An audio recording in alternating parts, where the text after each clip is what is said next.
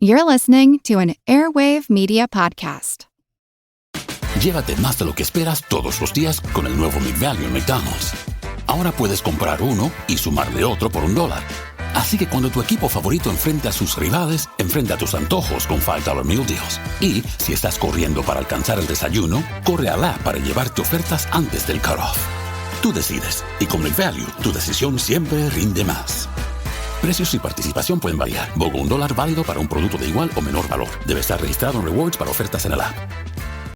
Are you still quoting 30-year-old movies? Have you said cool beans in the past 90 days? Do you think Discover isn't widely accepted? If this sounds like you, you're stuck in the past. Discover is accepted at 99% of places that take credit cards nationwide. And every time you make a purchase with your card, you automatically earn cash back. Welcome to the now. It pays to Discover. Learn more at discover.com/credit card, based on the February 2024 Nielsen report.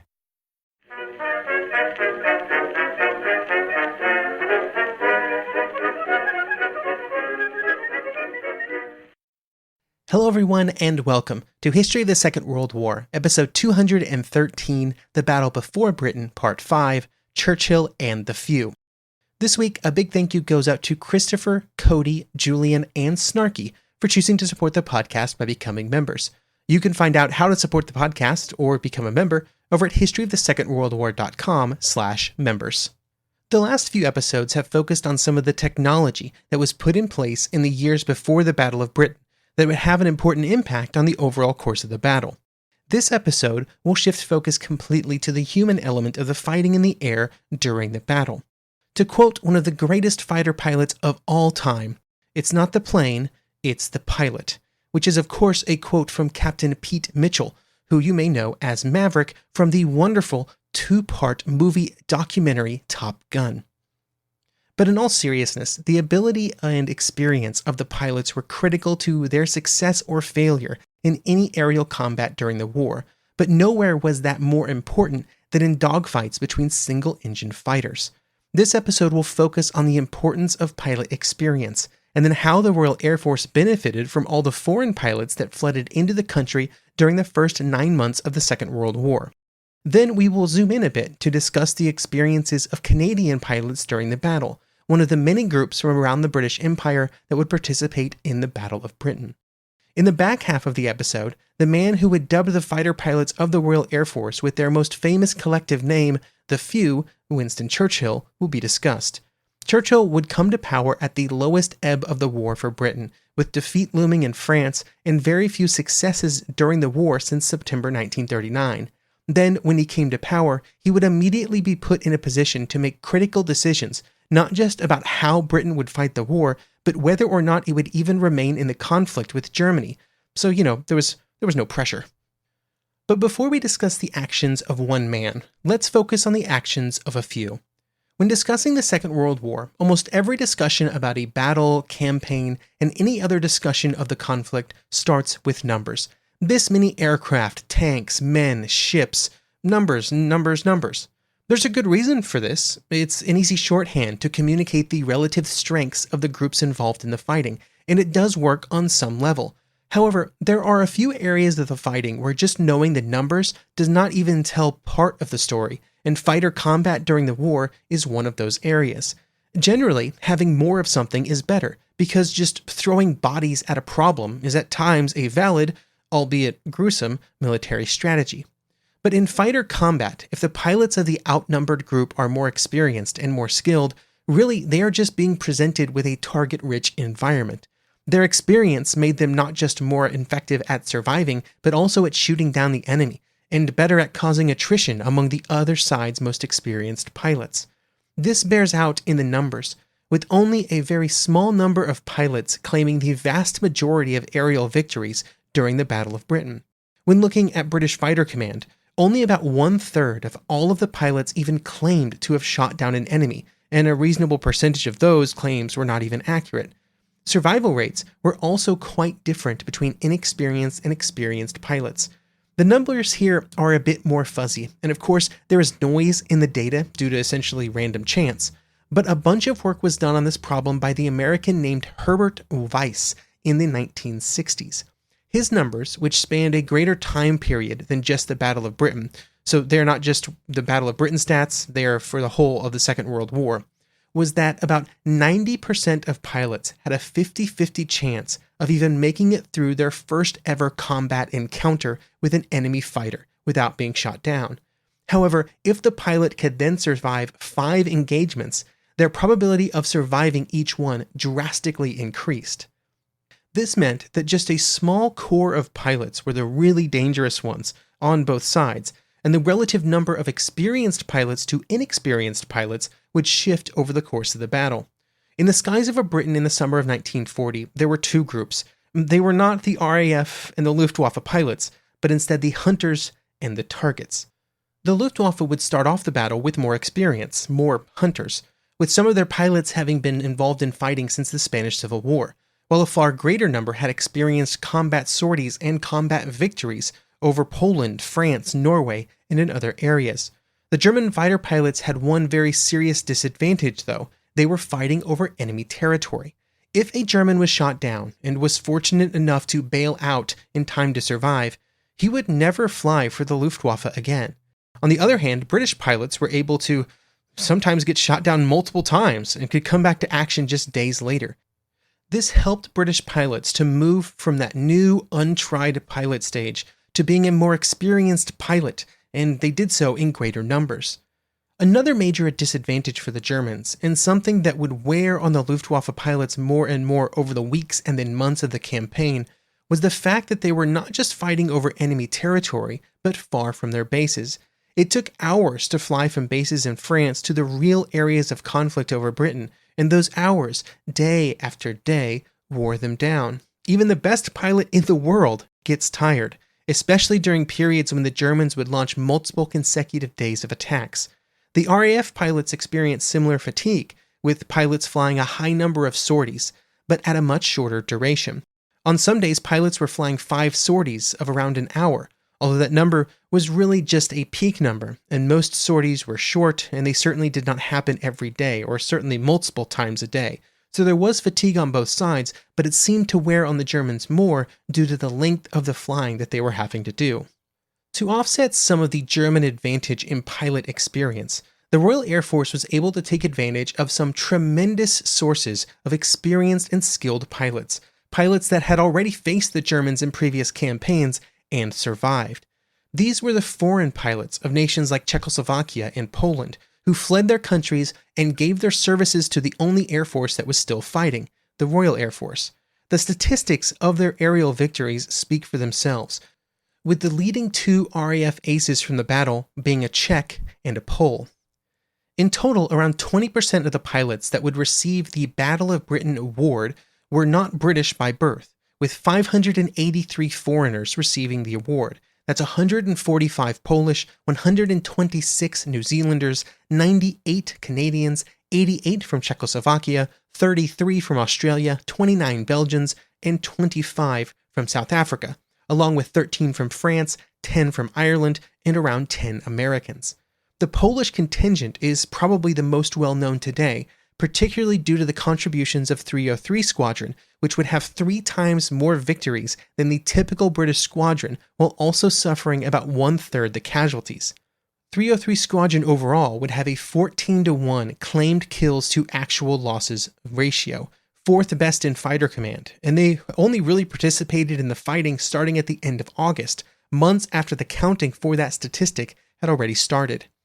Experience was the key reason for this, with many of the Polish pilots in particular having been flight and squadron leaders in the Polish Air Force in 1939. This meant that while 303 was just one RAF squadron of many, it functioned as a kind of Polish national team during the Battle of Britain, with some of the best Polish pilots making an appearance. They also had a bit of a tendency to ignore orders from less experienced British officers if those orders did not align with what they believed to be the best course of action, which was actually probably better in almost every case. Hugh Dowding, the leader of Fighter Command, would later say, quote, "Had it not been for the magnificent material contributed by the Polish squadrons and their unsurpassed gallantry, I hesitate to say that the outcome of the battle would have been the same." Of course, and unfortunately, the contributions of 303 are just one part of a much greater story of the Polish contributions to the Allied war effort during the war. This long and important contribution would have an unhappy ending, with many of those who fought for the Allies not even being allowed to go back to Poland due to their relationship with the Soviet Union after the Soviets captured Poland and with the creation of the communist government in Poland after the war. That is, of course, a much longer story for a different day. No matter how experienced the pilot was, or his nationality, eventually there would be some kind of problem or mistake, or just a brilliant move by the enemy, and their aircraft would be damaged. During all the fighting, it was pretty amazing just how many pilots managed to get out of their damaged aircraft in time. On both sides, the pilots were not equipped with fireproof suits, which was a problem, given the fact that for the British, right in front of the pilot, and in the Bf-109 right under the pilot, were about 85 gallons of aviation fuel. If it caught fire, the pilot had very little time to get himself out of the aircraft as quickly as possible, with one British pilot recording that it was the general belief that they had about 8 seconds after a fire started to be out of the aircraft. But even with this, the survival rates of fighter aircraft that were shot down was actually remarkably high, about 60 to 70%, with most of them bailing out, but a few managing to nurse their aircraft back to the ground, although that strategy was highly dependent on the exact damage sustained by the aircraft. This was also a period before ejector seats, which are a critical part of modern fighter pilot procedures, and instead pilots of Hurricanes and Spitfires would just roll their aircraft over, undo their straps, and shove themselves downwards, with the hopes that they did not hit the tail. While I'm sure this was an exciting experience, other airmen were far less lucky. For example, the gunners for Defiance were in a particularly bad spot because their escape hatch was not manually operated. It required electricity. One of the things that often did not work when an aircraft was damaged was its electrical system. So I'm sure you can see what the problem is there. Many British pilots, even with the risk and dangers involved, would end up surviving multiple bailouts over the course of the battle, with many of them not even making it more than a few weeks before their first trip to the Earth under their deployed parachute canopy. Among those RAF pilots that were bailing out all over Britain was one group that would make its presence known, and that was from Canada. The Canadian pilots were volunteer pilots that had either been flying with the RAF before the war or who had volunteered after the war had started in 1939. This was really part of a long-term plan by the RAF to bolster their number of pilots that were available through the use of Commonwealth talent and manpower. For example, the Royal Canadian Air Force and the RAF had aligned on training an aircraft in mid-1938 to allow for an easier transition of Canadian pilots either into the RAF squadrons or RCAF squadrons based overseas. Less than a month after the start of the war, the other major benefit of the Commonwealth would come into play when Prime Minister Chamberlain sent an official notice to the Canadian government headed by Mackenzie King, asking Canada to host a pilot training program for the RAF. The Canadian government did agree to this program and would also bear most of the cost of the training program, contributing well over a third of the total cost, with the rest split between the United Kingdom, Australia, and New Zealand. The major benefit for holding these training schools in Canada was the fact that there was plenty of space, with 12 training schools set up for beginning instruction, while 25 additional schools were created for more advanced training. Along with bearing more than their fair share of the cost, the training schools were seen as an important contribution that Canada could make to the war while also reducing the number of men that had to be sent overseas. Much like other parts of the then British Empire, Canada had contributed its fair share of blood to the battlefields of the Western Front during the First World War, and there were many who felt that such an overseas military commitment was not in Canada's best interest in 1939. Now, Canada would eventually make a very large contribution to overall Allied victory, and in fact, these training agreements would be the first step on the road to the RCAF being the fourth largest air force in the world in 1945. But one of the concessions that King demanded was that all of the graduates of the Canadian flying schools who originated in Canada had to be assigned to RCAF's units when they were sent overseas. Fully Canadian squadrons were seen as an important part of national pride. He didn't want his Canadian pilots sort of parceled out to RAF squadrons. These new trainees would take time, though, before they were ready to be sent to Europe, and there were other ways that Canadian airmen started contributing to the war almost right from the beginning. The first official way was through the creation of the first all-Canadian squadron, number 242, in December 1939. This was really just a collection of Canadian airmen that had already been serving in the RAF before the war, which were all brought together for the propaganda advantages of having an all-Canadian squadron. However, the squadron would take some time to get going, primarily due to a lack of frontline aircraft, but it would eventually be equipped with fighters and would be placed right in the heart of the Battle of Britain during the summer of 1940. The other way that Canadian pilots could make a quick contribution to the war and would end up fighting in the Battle of Britain was through individual volunteerism into the RAF. Many Canadian pilots, with their experience gained either through civilian or military flying, would choose this path. For example, Johnny Kent would fly with the 303 Polish Squadron as flight commander when it was formed in August 1940. He would help the Poles work through some of their adjustment period of joining the RAF, which of course involved a serious language barrier, but also more interesting issues, like the fact that the throttle was reversed between British and Polish aircraft, which took some time to get used to. Overall, the contribution of Canadian and international pilots was an interesting example, and one of the first that we have encountered in this series, of how even at the height of the Battle of Britain, the people of Britain, the RAF, the government of Britain, the military of Britain, were far from being alone. Above their heads almost every day were men who were flying in deadly aerial combat with the Germans, not because they were British, but because it was the right thing to do. But then others just thought it was a whole lot of fun. There were some that hated the Germans. There was certainly a lot of very justifiable hatred of the Germans happening as well. So I guess you could say there were many reasons that people were flying for the RAF over Britain in the summer of 1940.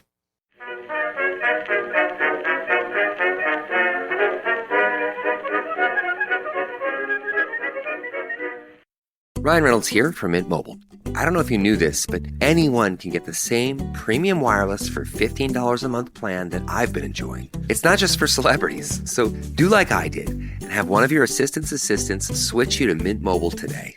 I'm told it's super easy to do at mintmobile.com/switch. Upfront payment of $45 for 3-month plan, equivalent to $15 per month required. Intro rate first 3 months only, then full price plan options available. Taxes and fees extra. See full terms at mintmobile.com. My cat Freddie loves to be brushed and cuddled.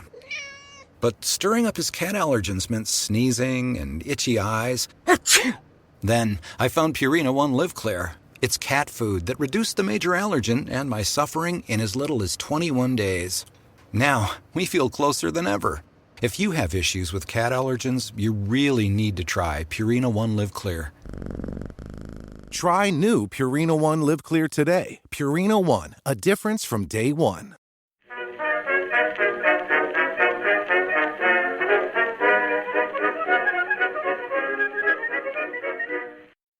Last episode covered some of the aircraft that were used in the Battle of Britain, one of them being the Supermarine Spitfire, one of the more famous symbols of the battle.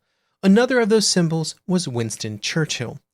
Churchill would become Prime Minister in the wake of the German invasion of France, but the process had started several days earlier and was caused by the absolute disaster that was the British government's response to the invasion of Norway. This would be a topic of conversation in the Commons on May 7th and 8th, a series of conversations that would come to be known as the Norway debate. Confidence in Chamberlain as Prime Minister was at an all-time low after what had essentially been 9 months of either inaction or defeat in the war against Germany. This would cause Chamberlain to resign, and so a replacement had to be found. The choices for a replacement were somewhat limited, as it needed to be a person that could garner enough support in the Commons and even act as a uniting figure between the various groups in British politics at the time. Other men were considered, for example, Lord Halifax, the foreign minister, but in the end the choice was made to put Winston Churchill in charge. A full biography of Mr. Churchill would be a long and winding affair, but importantly for our story, he had once been a member of the Liberal Party before breaking with that party in 1924 to join the Conservatives. But then, in the early 1930s, he had largely wasted all of his political capital due to his stance on India. Churchill was long against even the suggestion of giving more autonomy to the people of India, which cost him in the political arena. However, whatever he may have lost in influence in the early 1930s, he gained back in 1939 due to his consistent warnings about the dangers that were posed by Germany and the new Nazi regime. At the time, these views were also unpopular among British leaders, who were officially pursuing a policy of appeasement up until the absorption of Czechoslovakia into Germany in the spring of 1939. Then, when the war started, he would be named the First Lord of the Admiralty, a position with which he was well acquainted due to his stint in that same position before and during the First World War. He was a vigorous supporter of the Royal Navy, although his ideas were not always practical. He would be in that role as First Lord of the Admiralty and would have a position on the War Cabinet until he was asked to be Prime Minister on May 10, 1940, which you may remember was the exact same day that the German forces crashed into Western Europe. Churchill is a man surrounded by myths and a certain mythos. He was and still is seen as a national hero in Britain. He would lead Britain through some very difficult years of the war, and even though he was not a dictator, he would influence events all over the world, for good and for ill. But there were good things and bad things that came along with his leadership. Nobody should ever doubt his passion for the British Empire, his desire to see it maintained through and then after the war.